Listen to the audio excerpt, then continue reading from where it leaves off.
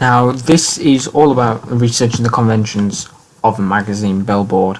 Now, first of all, it's important to look at what a billboard is. Now, as we can see on the screen any second now, we've got two billboards from two different magazines, one from Vogue in India and another one called Elle, which I believe is from America. These are two examples that I'm going to be using throughout this little small piece of video work. And it's important to just know that obviously billboards are there to advertise products. In this case, it's the advertisement of a magazine.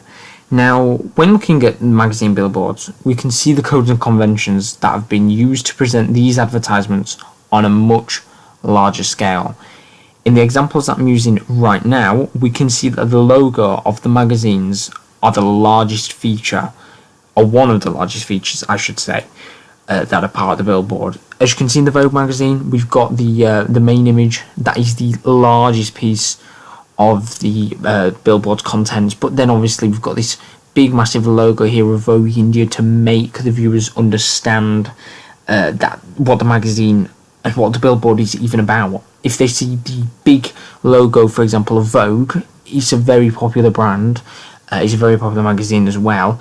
They're going to see that and straight away be enticed into having a look at the magazine and seeing what the contents of what's inside.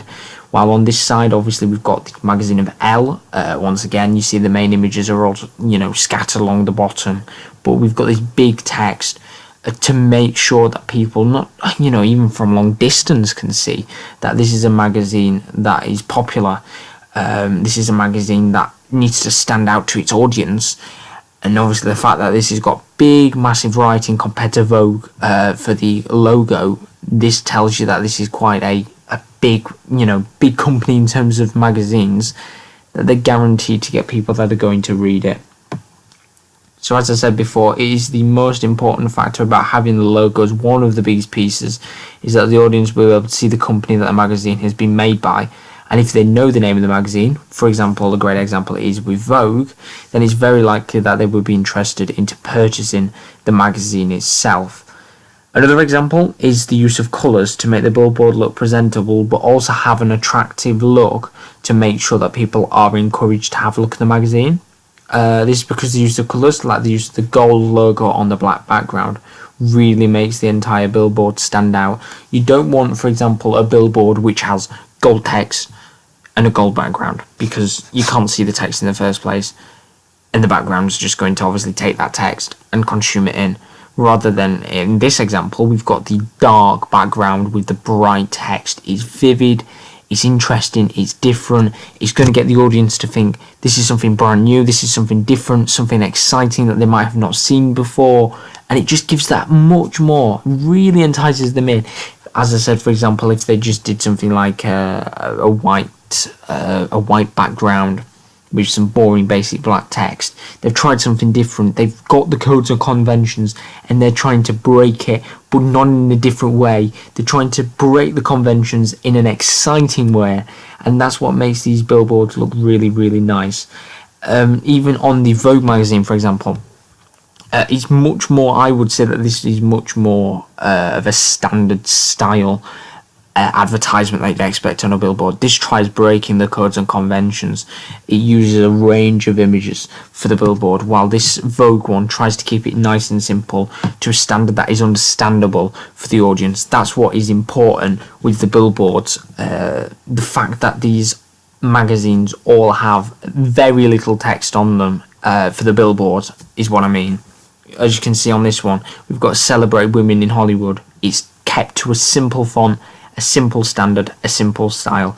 There's no need to use different fonts that are going to be, too hard to understand, hard to read. These are billboards that need to be seen by a large amount of people to a large target audience, and therefore in both of the billboards you can see they've used very, very simple text to make sure that the readers can understand it, and it also looks at least slightly interesting. As I've said before, the dominance of the text when in comparison to the size of any other details makes this the main focus point. This is the first thing that you would expect any viewer of the billboard to be directly looking at. They are trying to make the text as big as possible, fill the space to make you as the consumer look at the text straight away and be interested into potentially buying the magazine. Obviously, we've got the use of images as well, which in both examples have been used to be the largest kind of feature of the magazine. Once again, it just builds up that interest for you as the consumer. For example, with the Vogue one, you see that the issue is there. It's got Cindy Crawford in it. You've got the big picture of Cindy Crawford. If you're a big Cindy Crawford fan, it's going to interest you. It's going to appeal to you.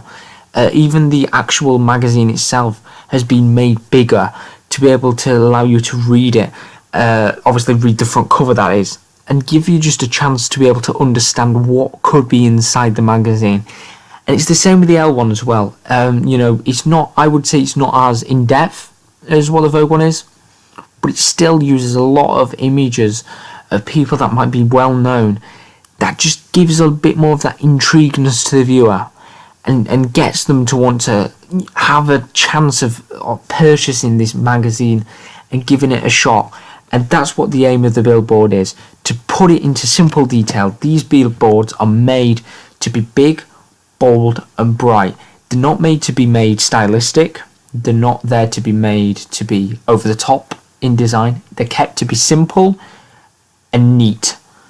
And that's how, for example, the Vogue and Elle use the magazine's conventions into its own billboard style, and is therefore able to make a good billboard that is understandable, relatable to its target audience, but also gives that intrigueness for the viewer to want to purchase the magazine.